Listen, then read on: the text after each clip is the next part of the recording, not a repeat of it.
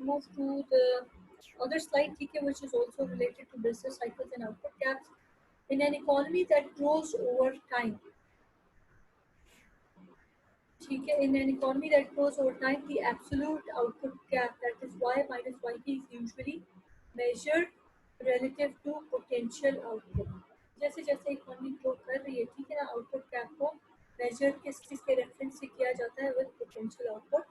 It will recognise that a gap of $10 million, ठीक है ना. अब आप गौर से, a gap of $10 million is more serious matter in an economy with a potential output of $1,000 million than in an economy with a potential output of $5,000 million. Okay, एक economy है, ठीक है, जिसमें हमारे पास पोटेंशियल आउटपुट $1,000 का produce हो सकता है, ठीक है.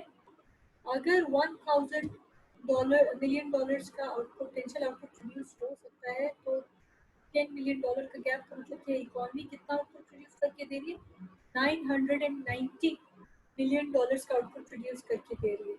10 million डॉलर्स को हमने यहाँ पे सब्ट्रैक्ट कर दिया, तो ये जो $10 million का गैप है, ये बहुत बड़ा है, सही.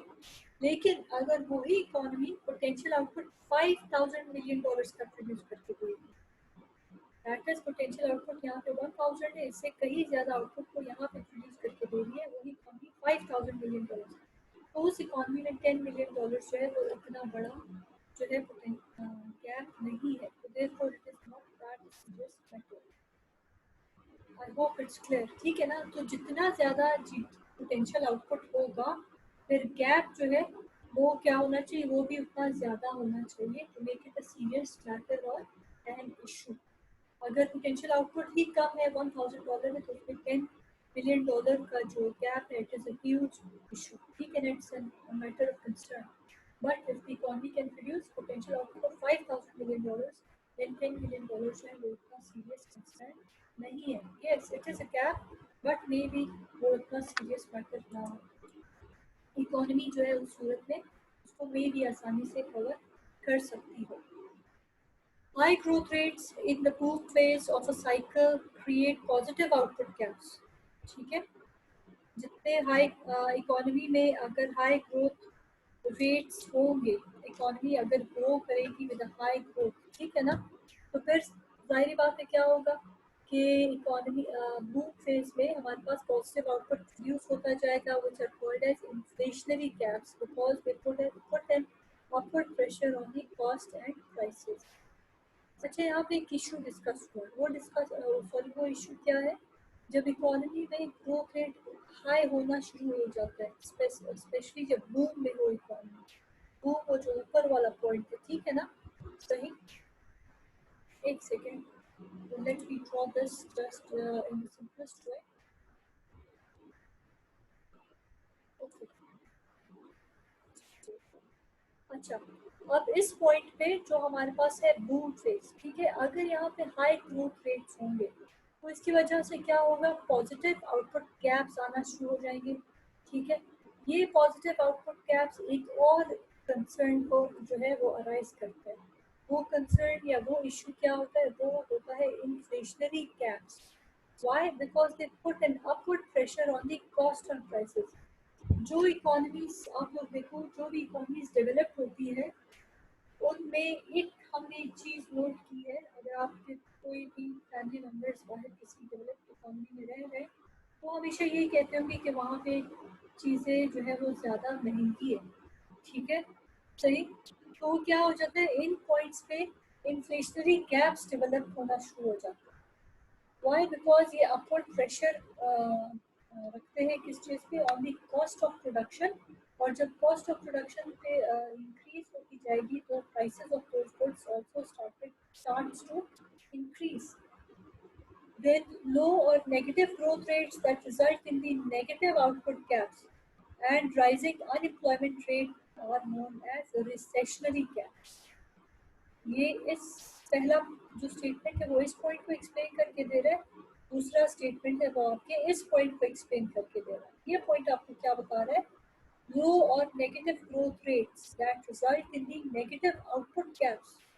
ठीक है यार, ये कोई and rising unemployment rates are called as recessionary caps. तो यहाँ पे recessionary caps जो है वो बनना शुरू हो जाएगी. They put downward pressure on the cost and prices. Recession क्यों होता है, इकोनॉमी में डिप्रेशन क्यों होता है, वो सिचुएशन भी जो है इकोनॉमी के लिए बेहतरीन नहीं होती या अच्छी नहीं होती जहाँ पे downward pressure on cost and prices होता है. उस सिचुएशन में इन्वेस्टर भी डिस्करेज हो जाता है, उसका प्रोडक्ट जो है मार्केट पे बहुत लो प्राइसेस पे जाता है. तो देयरफॉर ये रिसेशनरी कैप्स को अराइज करता है. तो therefore as economic conditions changes over time, business cycle fluctuations move the economy through recessionary and inflationary gaps. तो ये जो डिफरेंट कंडीशंस है ये इकोनॉमी को डिफरेंट जो है गैप्स में मूव करेगा, इधर इन द इन्फ्लेशनरी गैप्स, इधर इन द रिसेशनरी गैप्स. तो इन्फ्लेशनरी गैप क्या है? It is a measure of the amount by which actual GDP is greater than the potential GDP. इस पॉइंट पे inflationary gap क्यों arise हुआ? Because actual GDP is greater than the potential GDP. And what happens on the recessionary gap? The amount by which actual GDP is less than the potential GDP. Output caps and unemployment rates are tied together. Both जो output caps है y minus yp और इसके साथ साथ जो unemployment rate है both are tied together, यानी कि दोनों एक दूसरे के साथ related है. Output caps measures the difference between real GDP and the potential GDP. When the economy is producing potential output, उसके बाद हमारे पास ये बिल्कुल किसी ने मुझे क्वेश्चन भी पूछा था, उस टाइम पे employment is at the natural employment rate. जब इकोनॉमी बिल्कुल पोटेंशियल आउटपुट प्रोड्यूस करके दे रही है, यानी कि इकोनॉमी जितना आउटपुट प्रोड्यूस कर सकती है उतना आउटपुट इकोनॉमी प्रोड्यूस करके दे रही है, तो फिर हमारे पास जो एम्प्लॉयमेंट रेट है वो नेचुरल एम्प्लॉयमेंट रेट है. उस टाइम पे अनएम्प्लॉयमेंट रेट भी नेचुरल अनएम्प्लॉयमेंट रेट है. So any output and the other than the potential output, therefore it involves the employment rate other than the full employment rate. ठीक है? And corresponding level of unemployment that differs from 6 to 7% of natural unemployment. यानी कि last statement क्या state कर रहा है कि अगर पोटेंशियल आउटपुट और एक्चुअल आउटपुट में फर्क होगा तो फिर क्या होगा, एम्प्लॉयमेंट रेट जो है वो फुल एम्प्लॉयमेंट रेट नहीं होगा. और उसके साथ साथ जो हमने कैनेडियन इकोनॉमी की लिए natural unemployment rate which we said is more or less 6 to 7%, तो फिर वो नेचुरल अनएम्प्लॉयमेंट रेट 6 to 7% से डिफर करेगा. ठीक है, ज़्यादा होगी तो ग्रेटर देन 7 होगा, कम होगी तो लेस देन 6 होगा. अगर 6 to 7% नहीं होगा, why? Because actual and potential output है they are different from each other. Negative growth rates in the actual GDP in recessions, while potential GDP continues to grow, create recessionary gaps. Okay. This is the same point that we started previously in the given slides. ठीक है ना? Negative growth rates in the actual GDP in recession. ठीक है?